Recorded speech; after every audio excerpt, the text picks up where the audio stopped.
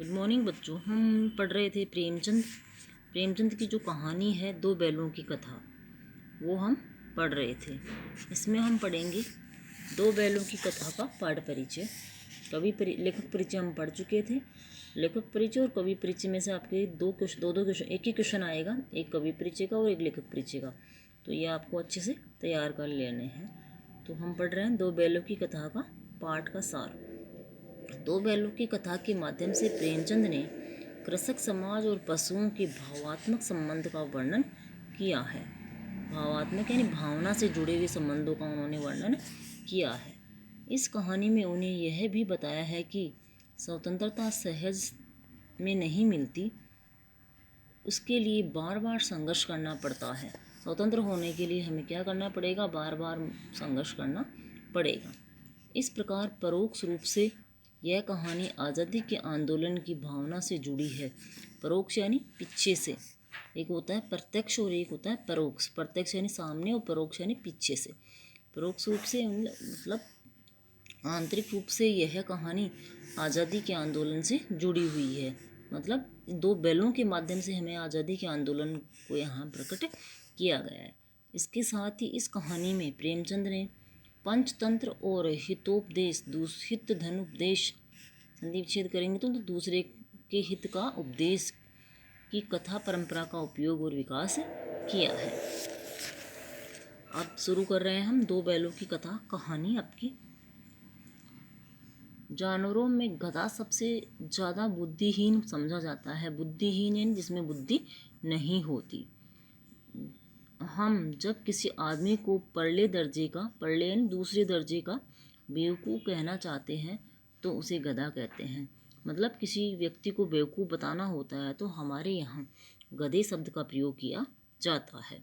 गधा सचमुच बेवकूफ़ है या उसके सीधेपन, उसकी निरापद सहिष्णुता ने उसे यह पदवी दे दी है। पदवी यानी उपाधि। निरापद यानी सुरक्षित और सहिष्णु यानी सहनशील। कि गधे की सहनशीलता, सीधापन और सुरक्षित भाव के कारण ही उसको यह क्या दे दिया गया है, यह उपाधि दे दी गई है। इसका निश्चय नहीं किया जा सकता। गाय सींग मारती है। ब्याई हुई गाय तो अनायास ही सिंहनी का रूप धारण कर लेती है। ब्याई हुई यानी जिसने अभी बच्चे को जन्म दिया है, वह गाय तो किसका रूप धारण कर लेती है? शेरनी का रूप। जबकि गाय को भी क्या माना जाता है? बिल्कुल सीधा जानवर माना जाता है। लेकिन जब वह गाय अपने बच्चे को जन्म देती है उस समय वह किसके रूप में हो जाती है? शेरनी के रूप में हो जाती है। कुत्ता भी बहुत गरीब जानवर है, लेकिन कभी कभी उसे भी क्रोध आ ही जाता है, किंतु गधे को कभी क्रोध करते नहीं सुना न देखा। जितना चाहो गरीब को मारो, चाहे जैसी खराब सड़ी हुई घास सामने डाल दो, उसके चेहरे पर कभी असंतोष की छाया भी न दिखाई देगी। असंतोष यानी संतुष्टि की छाया भी, असंतुष्टि की छाया भी दिखाई नहीं देगी। कहने का मतलब है कि चाहे आप उसे जैसा खाना दे दो, वैसा खाना खाकर भी वह संतुष्ट रहेगा। चाहे आप उसे मार लो, लेकिन फिर भी वह गुस्सा प्रकट नहीं करेगा।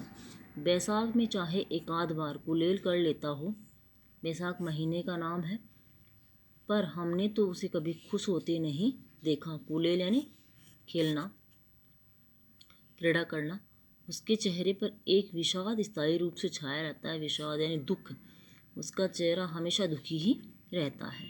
सुख दुख, हानि लाभ, किसी भी दशा में उसे बदलते नहीं देखा।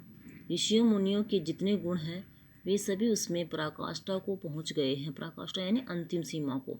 जिस प्रकार से ऋषि मुनि हमेशा एक ही स्थिति में रहते हैं, चाहे सुख हो, चाहे दुख हो, चाहे लाभ हो, चाहे हानि हो, उसी स्थिति, एक ही स्थिति में रहते हैं, उसी प्रकार गधा भी हमेशा ऋषि मुनियों की तरह एक ही स्थिति में रहता है।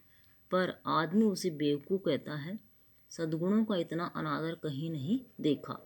सद्गुण यानी अच्छे गुणों का अनादर यानी अपमान कहीं नहीं देखा, क्योंकि गधा ऋषि मुनियों की तरह हमेशा एक स्थिति में रहता है, फिर भी उसको क्या कहा जाता है? बेवकूफ़ कहा जाता है। कदाचित सीधापन संसार के लिए उपयुक्त नहीं है। देखिए न, कहने का मतलब ये है कि सीधापन इस संसार में जो व्यक्ति जितना सीधा होता है उसे उतना ही ज़्यादा बेवकूफ़ समझा जाता है। इसका उदाहरण देते हुए लेखक कह रहे हैं, भारतवासियों की अफ्रीका में क्या दुर्दशा हो रही है, कि भारतीयों के साथ अफ्रीका में कैसे भी बुरे व्यवहार हो रहे हैं।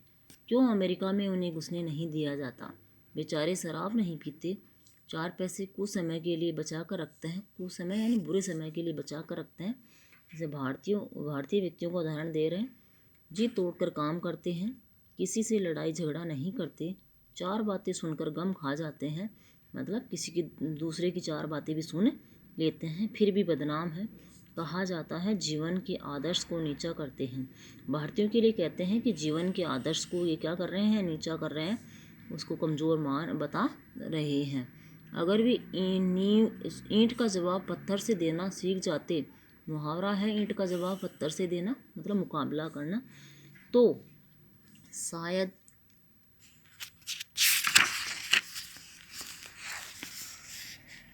सभ्य कहलाने लगते। कहने का मतलब है अगर उनके साथ अगर बुरा व्यवहार किया जाता है, अगर वे भी उनके साथ बुरा व्यवहार करते तो उन्हें लोग सभ्य कहते। सभ्य यानी अच्छे नागरिक कहते, अच्छे व्यक्ति कहते।